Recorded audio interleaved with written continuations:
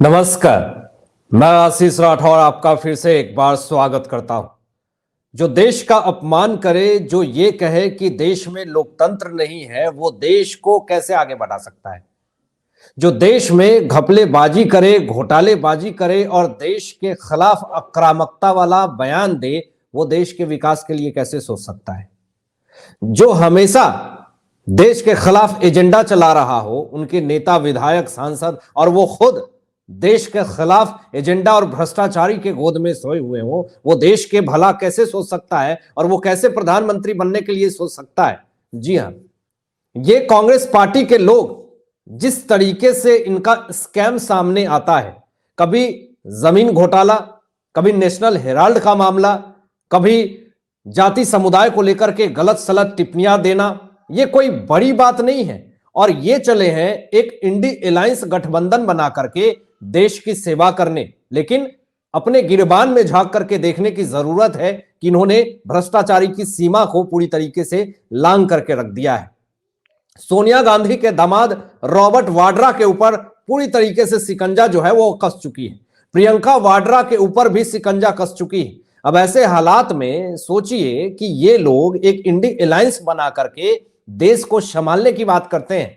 Party पूरी तरीके से तहस नहस हो रही है और ऐसे में एक बड़ा मामला ये आया। उसके बाद ये भी बताएंगे कि कैसे सीबीआई की जांच बैठेगी और कैसे इनकी गिरफ्तारी, तमाम संपत्ति जब्त, संसद सदस्यता, तमाम चीजें खत्म होने के कगार पे है। कांग्रेस पार्टी के तमाम बड़े बड़े नेता हों, चाहे वो सोनिया गांधी के दामाद हो, प्रियंका वाड्रा हो, राहुल गांधी हो, या फिर खुद भी सोनिया गांधी हो। जरा देखिए, ये जो खबर आई है वो अपने आप में दिल को हिलाने वाली है। जमीन की खरीद फरोख्त मामले में ईडी के आरोप पत्र में प्रियंका वाड्रा का नाम है। इनके ऊपर गिरफ्तारी की तलवार लटक रही है और ये पूरा मामला दोस्तों 5 एकड़ जमीन का पूरा फर्जीवाड़ा है, जिसमें कि ईडी ने चार्जशीट में पूरी तरीके से प्रियंका वाड्रा का नाम। उसके बाद आपको ये बता दें कि जो दामाद है सोनिया गांधी के, रॉबर्ट वाड्रा, उनका भी नाम है। उनके ऊपर तो गिरफ्तारी की तलवार लटक रही है। उनको कभी भी गिरफ्तार कर दिया जा सकता है, अवैध संपत्ति जब्त की जा सकती है। ईडी के शिकंजे पे रॉबर्ट वाड्रा, प्रियंका गांधी, सोनिया गांधी, राहुल गांधी, ये तमाम लोग, चाहे वो नेशनल हेराल्ड का मामला हो या फिर जमीन के खरीद बिक्री का मामला। अभी देखिए, आप आगे देखिए, यहां ईडी ने पहले के आरोप पत्र में प्रियंका वाड्रा का नाम लिया था। मतलब चार्जशीट में प्रियंका वाड्रा का नाम पूरी तरीके से क्लियर मेंशन है। एजेंसी का दावा है कि उनके थम्पी के साथ गहरे संबंध थे, जो कि एक फर्जीवाड़ा करता है। हालांकि इस मामले में अब तक प्रियंका गांधी की कोई प्रतिक्रिया नहीं आई है। कैसे प्रतिक्रिया आएगी? जो इंसान भ्रष्टाचारिता के सीमा को पूरी तरीके से लांघ चुका हो, उसकी प्रतिक्रिया कैसे आएगी? वो तो इंतजार में है कि कैसे ये सब काल कंटक जो है वो दूर हो जाए। और ये बात करते हैं देश में सामाजिकता लाने की, और ये बात करते हैं कि भारत देश में लोकतंत्र है ही नहीं। कैसे लोकतंत्र नहीं है? आप खुलेआम भ्रष्टाचारिता कर रहे हैं, आप खुलेआम पूरी तरीके से लूटने खसोटने का काम कर रहे हैं। आपके ऊपर इस तरह से स्कैम का आरोप लगा हुआ है, यहां पे चार्जशीट में आपके नाम है प्रियंका वाड्रा का। तो आप कैसे कह सकते हैं कि देश में जो है वो कुछ भी हो रहा है? देश में कुछ भी नहीं हो रहा है। देश में तमाम भ्रष्टाचारी, तमाम जितने गैंगबाज, जितने लुटेरे, चोर उचक्के के लिए पूरी तरीके से मोदी सरकार ने पूरा रास्ता बना दिया है। कैसे लोगों का दिमाग जो है वो ठंडा करके रखो, नहीं तो ये लोग देश को कब डकार लेंगे, कब खा लेंगे और डकार भी ना मारेंगे। तो ये वाली स्थिति अभी हो गई है। तो ऐसे लोगों को मैं ये बात क्लियर कर दे रहा हूं दोस्तों, ऐसे लोगों को अब पैसा जो दबाने में बन नहीं रहा है, क्योंकि एजेंसियां जो है वो पूरी तरीके से एक्टिव है। अब एक तरफ तो ये मामला हो गया, दूसरी तरफ जो बड़ा मामला है, भूपेश बघेल छत्तीसगढ़ के मुख्यमंत्री रह चुके हैं, अभी नहीं है। यहां पे अपने कार्यकाल में उन्होंने क्या क्या गुल खिलाए हैं, सुनिएगा तो दंग हो जाएंगे।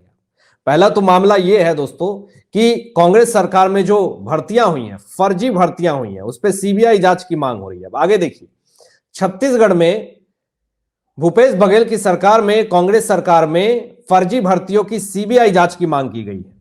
अभ्यर्थियों ने सीएम विष्णुदेव साय को सौंपा है ज्ञापन। 150 से अधिक चयनित अभ्यर्थी ज्वाइनिंग के इंतजार में घर बैठे हैं। अभी सोचिए, अब इस मामले में दोस्तों आपको यह बता दें कि सीबीआई जांच की मांग हुई है। इसमें कांग्रेस पार्टी के छत्तीसगढ़ के पूर्व मुख्यमंत्री भूपेश बघेल की गिरफ्तारी भी हो सकती है। मतलब चारों तरफ से कांग्रेस पार्टी पे जो शिकंजा कस रहा है वो अपने आप में बहुत ही बड़ी बात है। और ये चले हैं कहां, अभी सुन करके आप दंग हो जाएंगे। ये चले हैं देश की सेवा करने, ये चले हैं फिर से एक नया ड्रामा करने, और ये चले हैं प्रधानमंत्री बनने। लेकिन एक नया मामला ये आया कि इन तमाम पचड़ों से बचने की कोशिश कर रहे हैं क्या राहुल गांधी? इन तमाम मुसीबतों से प्रियंका वाड्रा, सोनिया गांधी, रॉबर्ट वाड्रा, ये तमाम लोग बचने की कोशिश कर रहे हैं क्या? ईडी के सवालों का जवाब नहीं देना और सीधा कन्नी काट लेना, चाहे नेशनल हेराल्ड का मामला हो, जमीन खरीद फरोख्त का मामला हो, ऐसे तमाम चीजों पे चुप्पी साध लेना, यानी कि भ्रष्टाचारिता हुई है इसका अंदाजा। और इधर भूपेश बघेल का फर्जीवाड़े तरीके से भर्तियां करना जिसपे सीबीआई की जांच। अब इस मामले में राहुल गांधी ने तो भारत जोड़ो यात्रा शुरू की थी, तो किस तरह से आपने देखा कि अंतिम में जम्मू कश्मीर गए और कितने खुलेआम तरीके से स्नोइंग किया, पूरी तरीके से बर्फ की सिल्ली पे किस तरीके से फिसलन की, मस्तियां करी। अगर आर्टिकल 370 अगर वहां पे लागू होता तो ये भी ना कर पाते, लेकिन फिर भी विरोध करेंगे कि आर्टिकल 370 क्यों हटा दिया गया जम्मू कश्मीर से। लेकिन एक तरफ तो ये पूरा मामला चल रहा है, पूरी मुसीबतें चल रही है, और इस बीच में राहुल गांधी भारत जोड़ो यात्रा के बजाय भारत तोड़ो यात्रा इन्होंने शुरू करी, जिसमें कि हमारे वीर महापुरुषों का अपमान किया। अब उससे भी मन नहीं भरा तो अब एक नया ड्रामा शुरू किया, भारत न्याय यात्रा। खुद तो न्याय दिलवा नहीं पाए किसी को, अपने सत्ता में, अपने सरकार में जब इनकी पार्टी थी तो किसी को न्याय नहीं दिलवा पाया, और ये राहुल गांधी निकले हैं भारत न्याय यात्रा। और दोस्तों जरा डेट आप सुनिएगा तो आपको बड़ा ताज्जुब होगा। जरा देखिए, आपके स्क्रीन पे शेयर कर रहा हूं कि राहुल गांधी जो 14 जनवरी से 20 मार्च तक 14 राज्य से यात्रा करेंगे।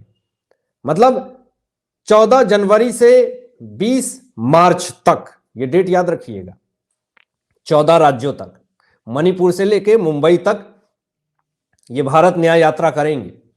लेकिन दोस्तों 22 जनवरी को राम मंदिर का उद्घाटन है, और ये 14 जनवरी से लेकर के जो आपको डेट मैंने दिखाया 20 मार्च तक ये 14 राज्य के दौरे पे रहेंगे। मतलब कि इससे साफ तौर पे ये साबित होता है कि राहुल गांधी राम मंदिर के उद्घाटन में 22 जनवरी को ना उपस्थित हो सके, इसलिए ये एक ड्रामा है, ताकि हमारा मुस्लिम वोट जो है वो कहीं हमसे दूर ना हो जाए, ना खुश ना हो जाए, वो आका हमसे दूर ना हो जाए, कहीं लोकसभा के चुनाव में हमें फटकार ना मिल जाए। तो इसलिए एक नया तमाशा, एक नया ड्रामा शुरू हुआ। और मैं ये शुरू से दोस्तों कहता आया हूं कि राम मंदिर का उद्घाटन के लिए भले मल्लिकार्जुन खड़गे को बुलाया गया हो, या फिर सोनिया गांधी को बुलाया गया हो, राहुल गांधी को, या फिर पश्चिम बंगाल की मुख्यमंत्री ममता बनर्जी को, और मैंने उस वक्त भी कहा था कि ये लोग उपस्थित नहीं होने वाले हैं। अगर नहीं भरोसा है तो देखिए, आपके सामने सबूत दिखा रहा हूं। यहां पे 22 जनवरी को अयोध्या नहीं जाएंगी ममता बनर्जी, क्लियर इन्होंने मेंशन कर रखा है, क्लियर ये बात कह दी है 22 जनवरी को ये टीएमसी ने पूरी तरीके से दूरी बना ली है कि आखिर अब बताएं आप ही दो कि ऐसा क्या है आखिर कि राम मंदिर के उद्घाटन पे ये तमाम लोग, कोई भारत न्याय यात्रा निकल गया 14 जनवरी से 20 मार्च तक, बीच में रहा ही नहीं। सोनिया गांधी, प्रियंका गांधी या फिर मल्लिकार्जुन खड़गे, ये तमाम लोग चुपचाप बैठे हुए हैं। उस वक्त भी कहा था हमने कि देखिए, नया संसद भवन के जब उद्घाटन पे ये नहीं उपस्थित हुए, स्वतंत्रता दिवस पे जब इनको बुलाया गया तो उपस्थित नहीं हुए, और डिनर में G20 में नहीं बुलाया गया तो मुंह फुला करके बैठ गए मल्लिकार्जुन खड़गे। अब आपको राम मंदिर के उद्घाटन पे जब बुलाया जा रहा है तो वहां पे जाना चाहिए, लेकिन अब देखिए, पहले तो नकार दिया है अब ममता बनर्जी ने, अब धीरे धीरे ये लोग भी नकार देंगे। और इससे क्या समझ में आता है कि जो 14 जनवरी को ही निकल जाएगा भारत न्याय यात्रा पे, वो कहां से 22 जनवरी को पहुंचेगा राम मंदिर के उद्घाटन पे? सोचने वाली बात है। अब देखिए, इनके नेता को कितनी ज्यादा मिर्च लगती है, कितनी ज्यादा तकलीफ होती है, ये जरा देखिए, देखने वाली बात है।